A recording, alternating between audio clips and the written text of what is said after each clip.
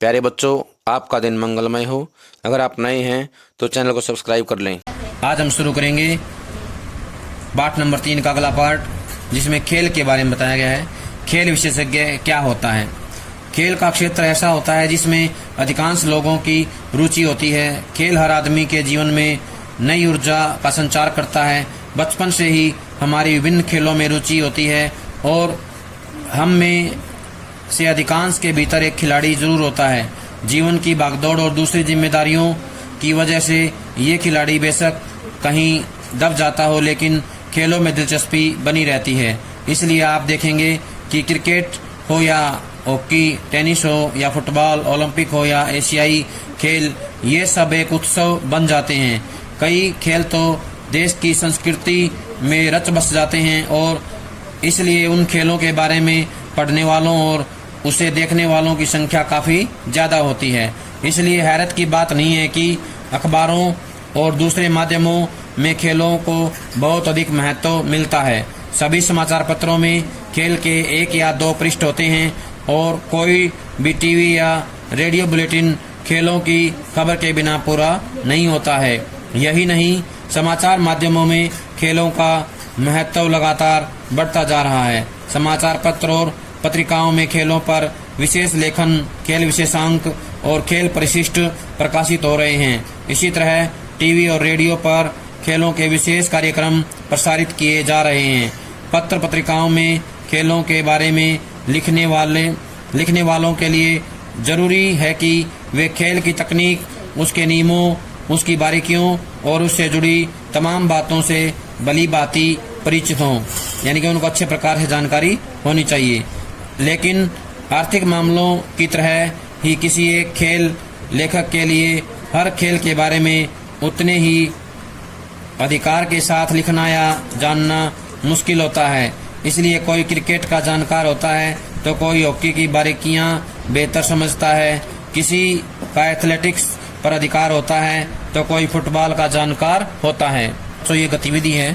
Cricket में spin, LBW और googly के बारे में 100 शब्दों में एक आलेख लिखें। सभी को एक आलेख लिखना है क्रिकेट में स्पिन, LBW और गुगली के बारे में। आपको किस समाचार पत्र या पत्रिका में खेलों पर प्रकाशित होने वाली खबरें, रिपोर्ट और विश्लेषण सबसे अधिक रुचिकर और आकर्षक लगते हैं? उदाहरण सहित स्पष्ट करें, यानी कि उदाहरण के साथ उनको बताना है।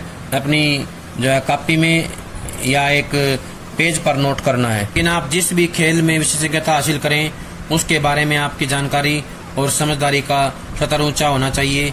आपको उस खेल में बनने वाले रिकॉर्ड्स या कीर्तिमानों के बारे में पता होना चाहिए। तथ्यों और पुराने रिकॉर्ड्स को तो अब इंटरनेट पर भी ढूंढा जा सकता है, लेकिन खेल के नियम या उसकी बारीकियां या किसी खिलाड़ी की तकनीक के बारे में जानने समझने वाले ही इस बारे में अच्छा लिख या बोल सकते हैं।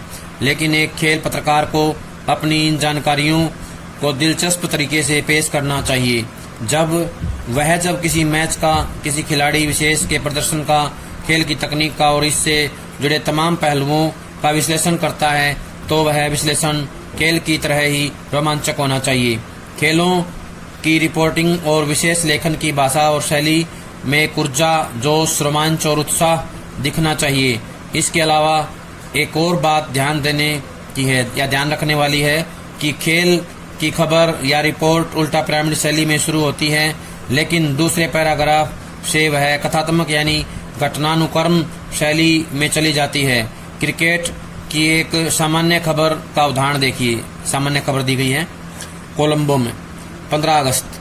बाएं हाथ के सिमर चामिंडावास ने आज घातक गेंदबाजी करते हुए 6 विकेट लिए और श्रीलंका ने उनके इस प्रदर्शन की बदौलत दक्षिण अफ्रीका को दूसरे टेस्ट में 313 रनों से रौंद डाला। इस जीत के साथ ही श्रीलंका ने दक्षिण अफ्रीका के खिलाफ सीरीज 1-0 से जीत ली।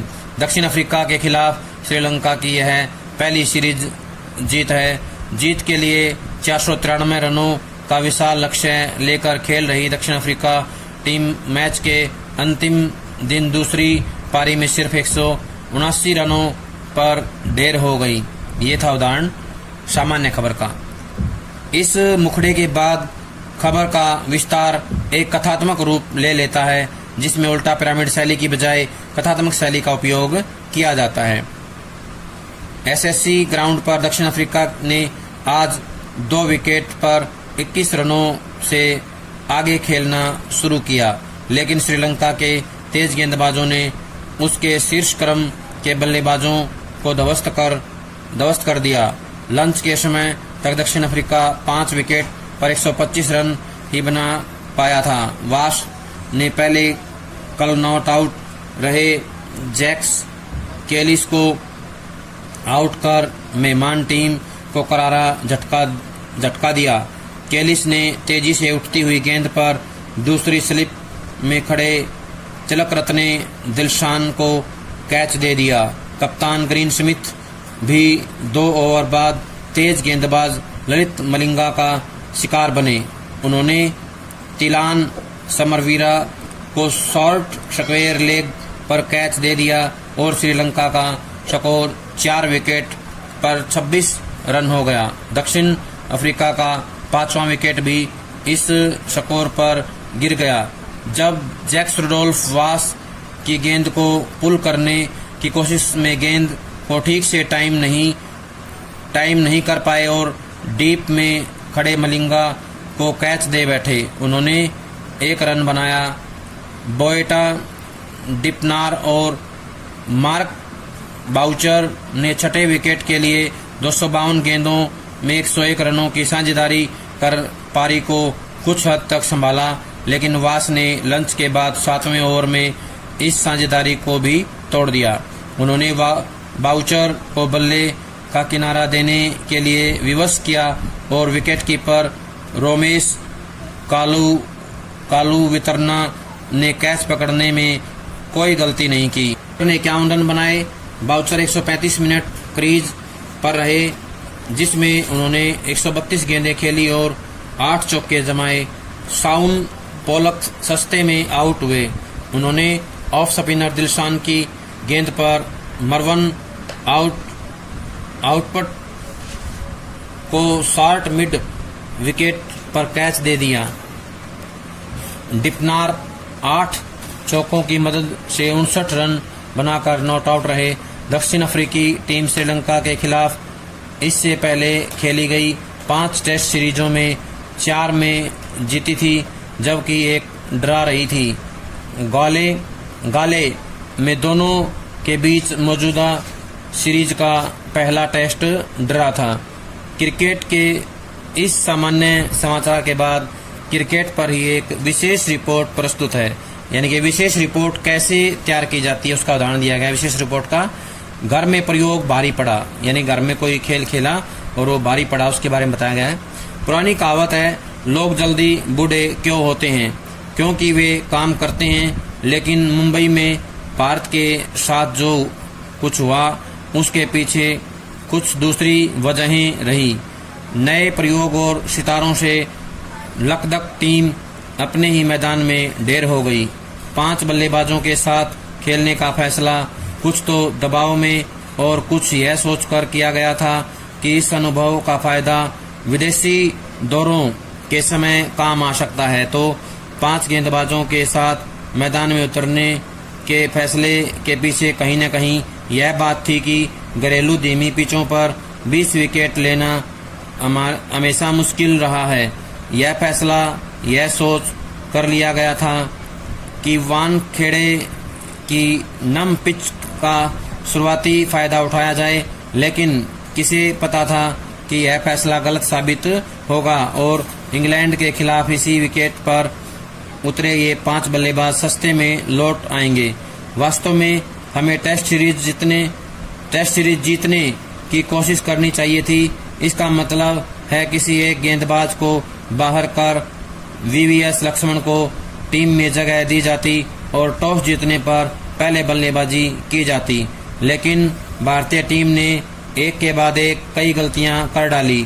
यह सब इंग्लैंड की उस टीम के खिलाफ हुआ जिसमें न तो माइकल वॉन और ट्रेस्कोथिक जैसे बल्लेबाज थे और न साइमन जोन्स, स्टीव हर्मिसन और नंबर 1 स्पिनर गाइल्स जैसे गेंदबाज। हैरत नहीं, इंग्लैंड की स्थिति वैसी ही थी जैसे राहुल द्रविड़, सचिन तेंदुलकर, वीरेंद्र सहवाग, अनिल कुंबले, इरफान पठान और मौजूदा फॉर्म में चल रहे मुन्नाफ पटेल या हरभजन सिंह के बगैर भारतीय टीम विदेश में कोई टेस्ट जीत ले। भारतीयों को भविष्य की रणनीति पर काम करने के लिए दोषी नहीं ठहराया जा सकता, लेकिन घरेलू टेस्ट सीरीज का इस्तेमाल विदेश में किस्मत आजमाने के लिए करना न तो अच्छी रणनीति है और न ही क्षम्य। भारतीय उपमहाद्वीप में दौरे से पहले जहां विदेशी टीमें बहुत सावधानी बरतती हैं और खासी योजना बनाती हैं, वहीं घर में भारत के टेस्ट रिकॉर्ड का बचाव करना मुश्किल होता जा रहा है। लेकिन इसका मतलब यह नहीं कि टीम बचाव करने के लायक या करने लायक है ही नहीं। घरेलू मैदानों पर भारत अपनी बल्लेबाजी और स्पिन गेंदबाजी की वजह से टेस्ट जीतता रहा है, बल्कि विदेश में मिले सबक से उसने महसूस किया कि उसे तेज गेंदबाजी की ओर ध्यान देना चाहिए। आप चाहें जितने गेंदबाज रख लें, आपको 5 बल्लेबाज और कुछ प्रार्थना की जरूरत होगी। चेपक या ईडन गार्डन या फिरोज शाह में हमें वह करना चाहिए जो हम कर सकते हैं। किसी भी देश की क्रिकेट टीम की ताकत इस बात से आंकी जाती है कि उसकी टेस्ट टीम कितनी मजबूत है। इंग्लैंड के साथ होने वाले 7 एकदिवसीय मैचों के नतीजे चाहे जो हों, लेकिन यह दिख रहा है कि भारत की टेस्ट टीम बिखर चुकी है। फील्डिंग के मामले में टीमों का प्रदर्शन अलग अलग सत्रों में खराब रहा है, लेकिन भारतीय टेस्ट टीम फील्डिंग के मामले में पूरी तरह बेदम दिख रही है।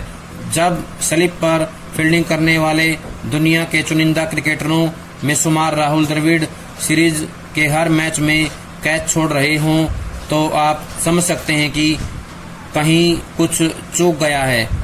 आप उस स्थिति का अंदाजा लगा सकते हैं जब युवराज सिंह मैदान में पस्त दिख रहे हों, विशेषज्ञ खिलाड़ी ड्रेसिंग रूम में बैठे हों और गलत आदमी को गलत जगह पर खड़ा किया जाए, यानी सब कुछ ठीक नहीं है। यह जग जाहिर है कि चैपल गैर पारंपरिक और नए तरीके से ट्रेनिंग दे रहे हैं। वे बल्लेबाजी में पैनापन लाने के लिए उत्तेजना जगाने जैसी ड्रिल करवाते हैं, तो फील्डिंग में चुस्ती लाने के लिए मानसिक एकाग्रता पर ध्यान देते हैं। वे नए प्रयोग कर रहे हैं और उनका जोर मानसिक प्रशिक्षण पर भी है। उनका यह तरीका अनूठा है। ड्रिल में भी उत्साह नजर आ रहा है। दरअसल चैपल सिम्पसन के तरीके से आगे का प्रयोग कर रहे हैं। ऑस्ट्रेलिया के पूर्व कोच बॉब सिम्पसन ऑस्ट्रेलिया की स्लिप ब्रिगेड को घंटों बैट के किनारे से निकली गेंद को लपकने की प्रैक्टिस करवाते थे। भारत में अजहरुद्दीन ने हैदराबाद में पिच रोलर से निकली गेंदों के सैकड़ों कैच लपके, तब जाकर उनकी हथेलियां किसी भी कोण से आने वाली गेंद को लपकने की अभ्यस्त हो पाई थी। विविधता भरी ट्रेनिंग के उलट उसकी पुनरावृत्ति जो चैपल का तरीका है, इस नजरिए के 2 छोरों को दिखाती है, पसंद नापसंद और यानी कि 2 छोर हैं, 2 सिरे हैं। पसंद नापसंद और विश्वास के मामले में चैपल बहुत दृढ़ हैं और जैसा कि सौरव गांगुली प्रकरण ने साबित कर दिया कि वे हमलावर होने से भी नहीं चूकते। अब यदि खासतौर से टेस्ट टीम की फील्डिंग का स्तर सुधारने की बात है, तो इस बारे में चैपल को नहीं द्रविड़ को सोचना होगा। आखिर यह उनकी टीम है और खराब फील्डिंग का असर उनके गेंदबाजों के प्रदर्शन पर पड़ता है। मुंबई में मिली हार भारत के लिए यह पिछले 4 टेस्ट मैचों में दूसरी है, जिसमें 7 बल्लेबाजों ने कुल 25 रन बनाए, साबित करती है कि जो मिथक फैलाया जा रहा था वह गलत था। कराची में मिली हार के बाद भारतीय खेमे में फुसफुसाहट हो रही थी कि कैसे एक पूर्व कप्तान के लिए कमरा बदलना खेल से ज्यादा अहम हो गया था। हर बात के लिए गांगुली को दोष नहीं दिया जा सकता। इस हार के लिए तो कतई नहीं। लेखन के इस अध्याय में हमने कुछ प्रचलित क्षेत्रों की बात की। हालांकि विषय बहुत से हैं, उनके आयाम कई हैं और विशेषज्ञता हासिल करने के उनके पैमाने अलग अलग हैं। मूल बात यह है कि जब भी हम किसी खास विषय को उठाते हैं, उसके बारे में लिखते या बात करते हैं, तो इस बात का ध्यान रखना सबसे ज्यादा जरूरी है कि हमारा पाठक, दर्शक या श्रोता कौन है, हमारी बात उसे समझ में आ रही है या नहीं, हम अपनी बातों की अभिव्यक्ति ठीक से कर पा रहे हैं या नहीं, हमारे तथ्य और तर्क में तालमेल है या नहीं। ये तमाम बातें ऐसी हैं जो किसी भी लेखन को विशिष्टता प्रदान करती हैं। सूचनाओं के स्रोत, यानी सूचनाएं हमें कहाँ से मिलती हैं, कहाँ से हम प्राप्त करेंगे। पहला है मंत्रालय के सूत्र, दूसरा है प्रेस कॉन्फ्रेंस और विज्ञप्तियां, साक्षात्कार, सर्वे और जांच समितियों की रिपोर्ट्स, उस क्षेत्र में सक्रिय संस्थाएं और व्यक्ति, संबंधित विभागों और संगठनों से जुड़े व्यक्ति, इंटरनेट और दूसरे संचार माध्यम, स्थायी अध्ययन प्रक्रिया। इन माध्यमों के द्वारा हम जो है सूचनाएं प्राप्त करते हैं और उसके आधार पे हम जो है अपनी फीचर, रिपोर्ट या विशेष लेख तैयार करते हैं। प्यारे बच्चों, ये था हमारा पाठ नंबर 3 यहाँ पर कंप्लीट हो जाता है। सभी इसको पढ़ेंगे, अच्छे से सुनेंगे और इससे